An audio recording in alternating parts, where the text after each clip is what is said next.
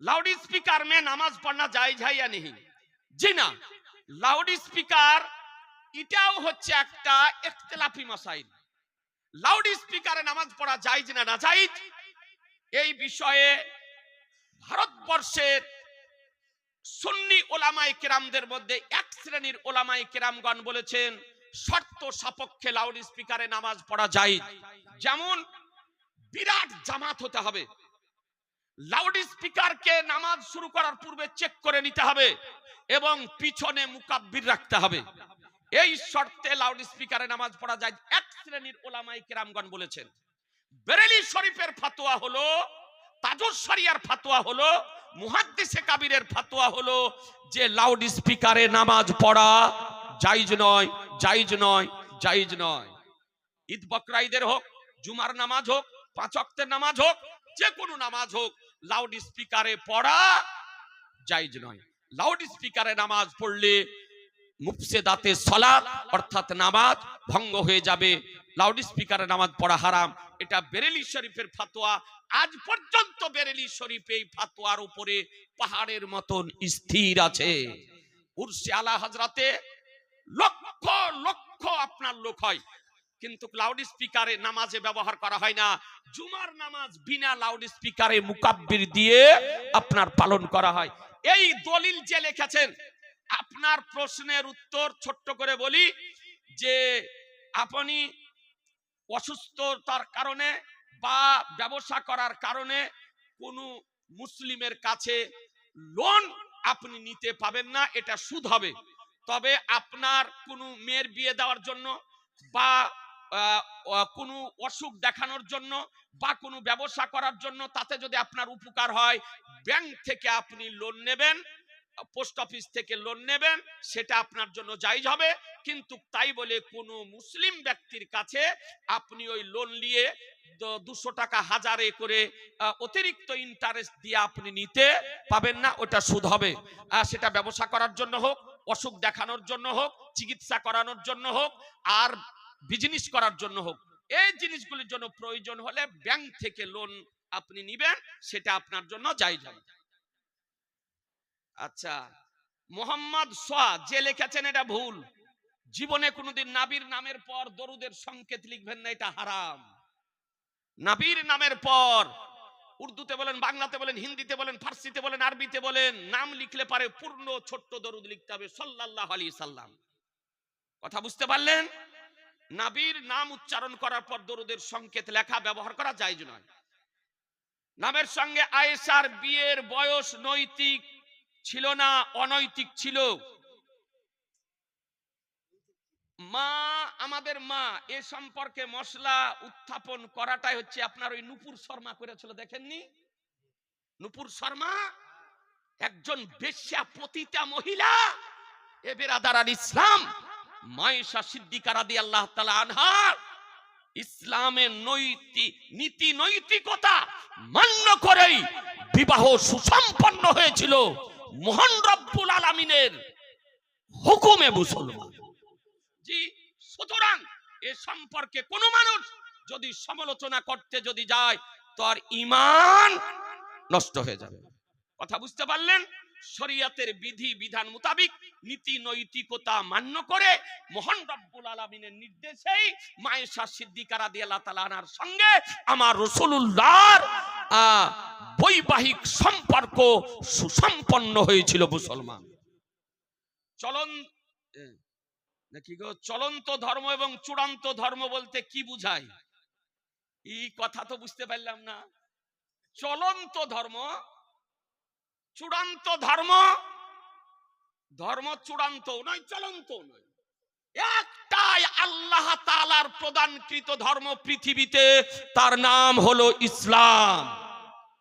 আল্লাহ তাআলার মনোনীত ধর্ম, পছন্দনীয় ধর্ম, নির্বাচিত ধর্ম, প্রদানকৃত ধর্ম, তার নামই হলো ইসলাম।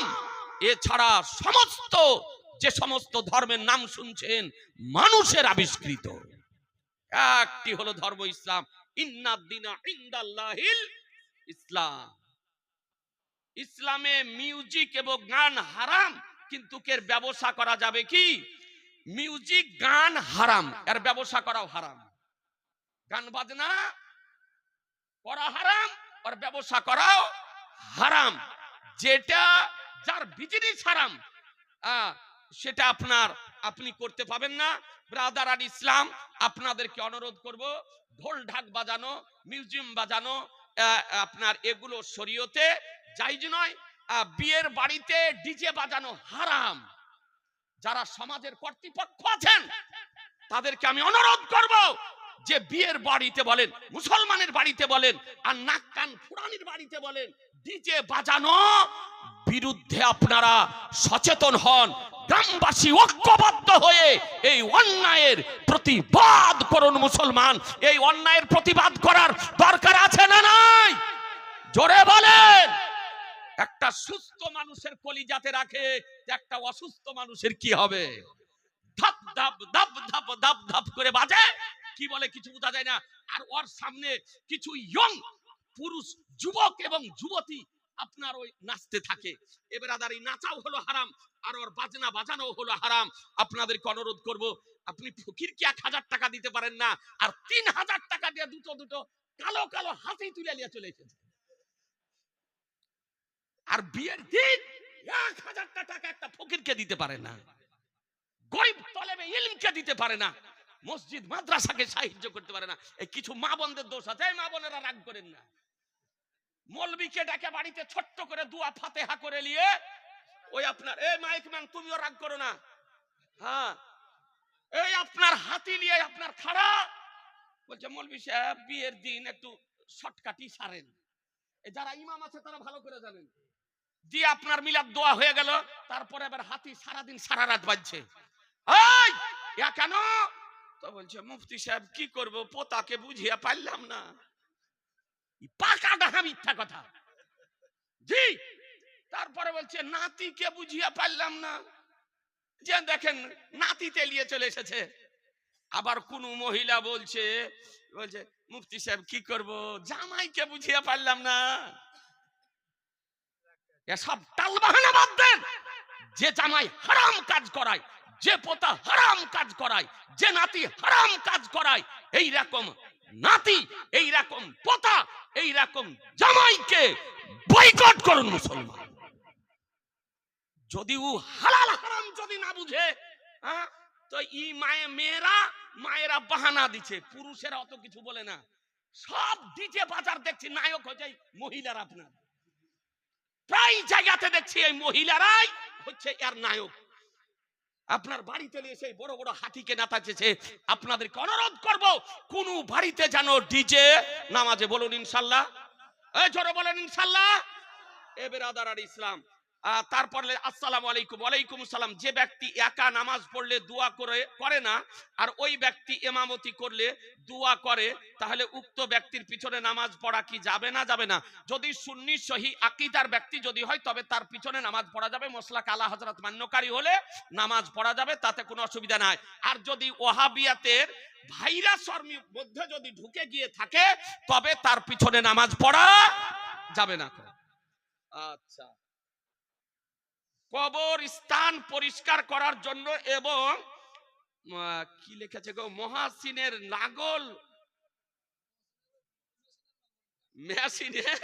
মেশিনের নাগল ব্যবহার করা যাবে কি? জি না। জঙ্গল পরিষ্কার করার জন্য ট্রাক্টর মেশিন আপনার কবরের উপরে নামানো যাবে না।